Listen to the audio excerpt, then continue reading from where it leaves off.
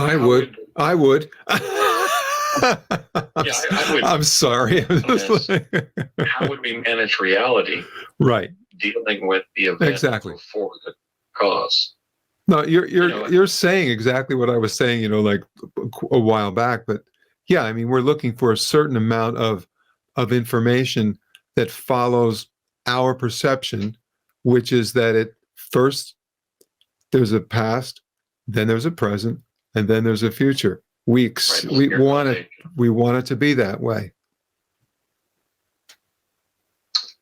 I mean, if that gentleman in Liverpool that was featured on The Unexplained with William Shatner on the History Channel recently, October 13th, which is when I appeared the second time with Bill Shatner. It was quite an honor again.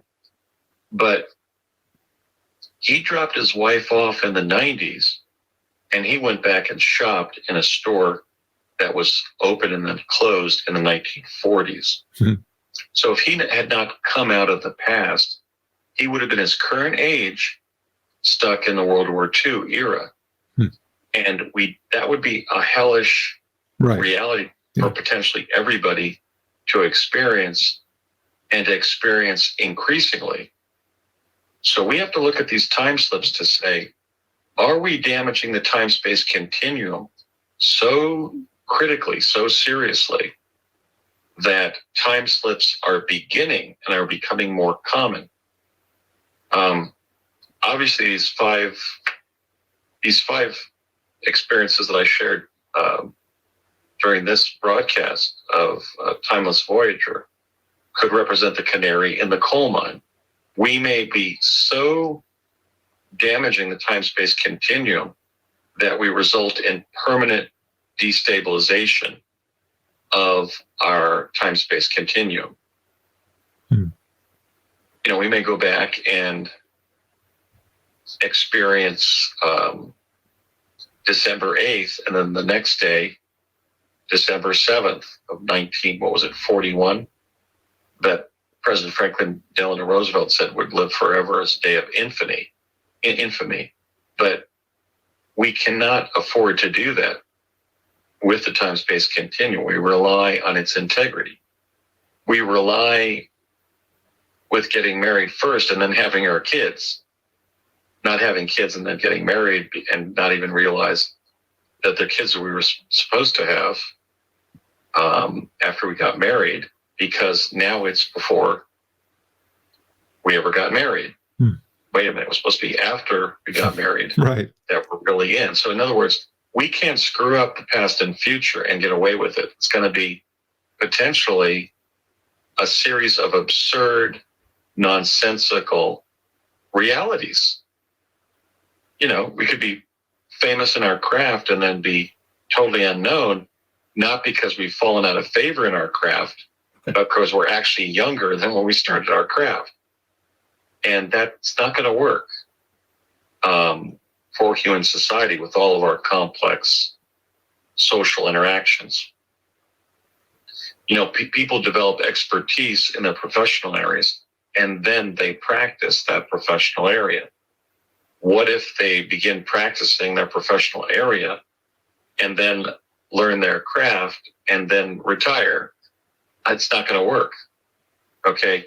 I think, based on contact I had with an ET who warned me about this, he said, tell your government that they are blowing up too many nuclear weapons, and the problem is it's creating holes in space. That would be a metaphor, a way of describing the fact that the time-space continuum is being undermined. It's being damaged. And we don't want that to happen, much less for the time-space continuum to be altered irrevocably, or we are in deep, deep yogurt. And I am warning, blowing the whistle on this aspect. It's going to make all of us literally timeless voyagers. Just to maybe interrupt for a second. I think I spoke about this with you the other day when we were talking. years ago, about 30 years ago, in this time-space continuum, when I had the original Timeless Voyager radio. I used to have Al Bielek on a lot. He was the Philadelphia experiment guy. And he mentioned to me, we got into this thing about the time-space continuum. And he said, the thing about it is, first, we tend to think of things like the time-space continuum as being very, very strong, that that's the way it is. And he assured me that that is not the way it is. As a matter of fact, he said, the time-space continuum is very delicate. It can easily be disrupted. And then he began to talk about the fact that we have what's called, I'm just echoing some things he told me. He said, we have what's called a time lock. He said, not only is the time-space continuum have a time lock, but so do we as individuals have a time lock.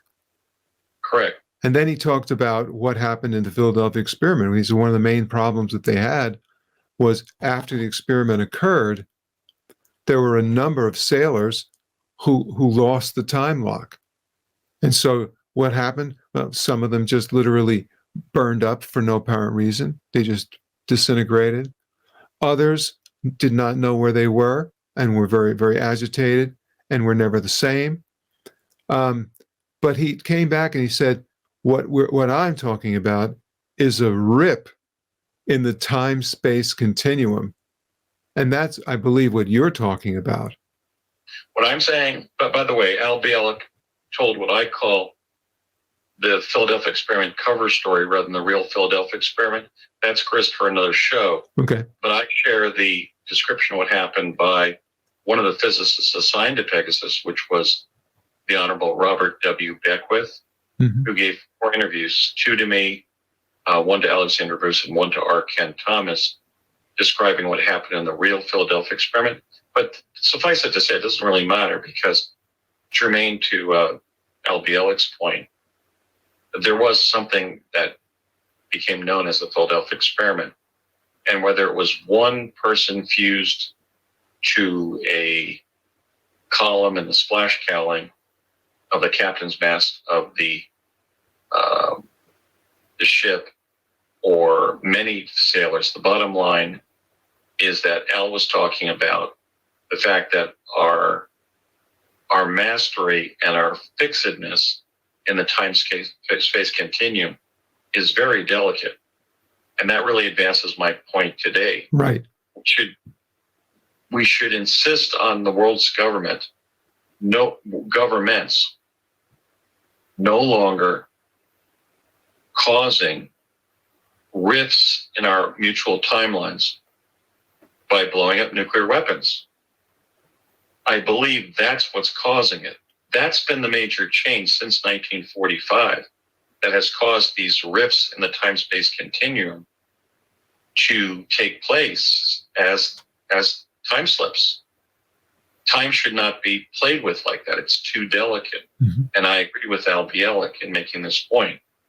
In fact, we honor his memory by his valiant attempt to keep public interest about time travel alive because he knew some of the truths of Project Pegasus. I don't know whether he ultimately was in the program or was mind controlled to think he was or knew some of what had gone on. I do know that Al told me the one time that I talked to him on the phone that he had gone back to a former employer and they said, Al, do you know you used to work for us? And he said, no, I thought that was the first time I talked to your company. And he said, no, in fact, you've worked here before. So Al himself was a victim of an alteration of his understanding of his own life caused by these rifts in the time-space continuum and the government activities that he almost certainly was involved with on some level. That's the danger. Until those people pass, those people are going to have outcomes that don't make any sense. And I know that Al was thought of as kind of a lunatic, but I interviewed him and I was convinced that he had been in classified defense-related research and development activities, just like I had been. I've had more time to figure out exactly what happened, like what times I was going to and how long I was spending there. Yeah, you were in a situation that's quite a bit different in the sense that you were being directed. And hopefully the people that were directing you understood it a little better than what happened in 1941 or two, whatever that year was. Al was, if at all, in the early days of time-space activities. I was another generation of that and had a little bit more clarity as to what we were doing. But I did have some of those strange dyssynchronies of reality. Like I was convinced Dr. Sterling Colgate was convinced about what he had done and not done. And wait a minute, he's the guy who sent me to Gettysburg on the day that Lincoln was giving his famous speech there. So there were non-corresponding people that I know was in Project Pegasus, and some very much corresponding who admitted what we had done together. So I never really found out whether those individuals were just lying or there was damage to the time-space continuum occasioned by the very activities we were involved in. Okay, Al Biela. But the bottom line is, if we're playing around with time-space, and notice how I say time-space and not space-time.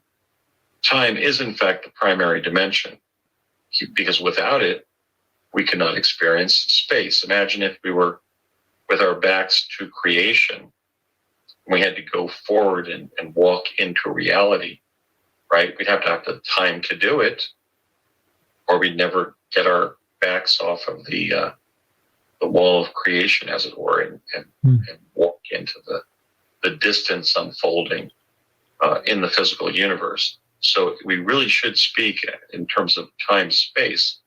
But when we do, I think we have to be vigilant about not causing time slips, essentially. In other words, not harming the time-space continuum.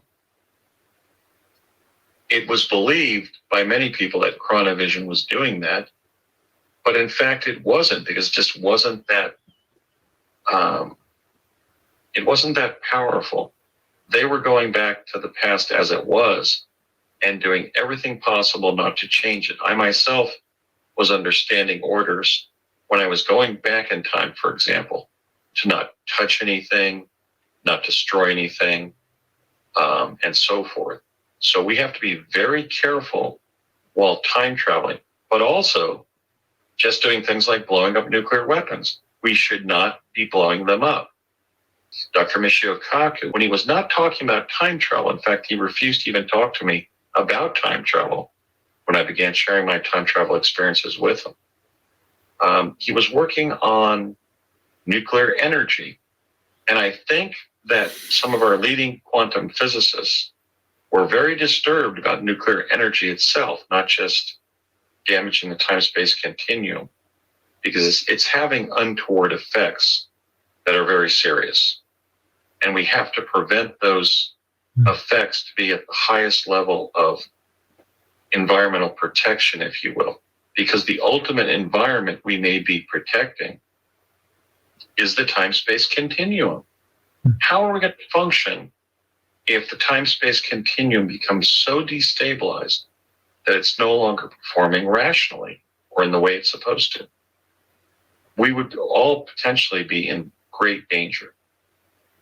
But the bottom line is we do not know enough about this realm to start harming it. As Aldo Leopold said, the first rule is of conservation is to save all of the pieces.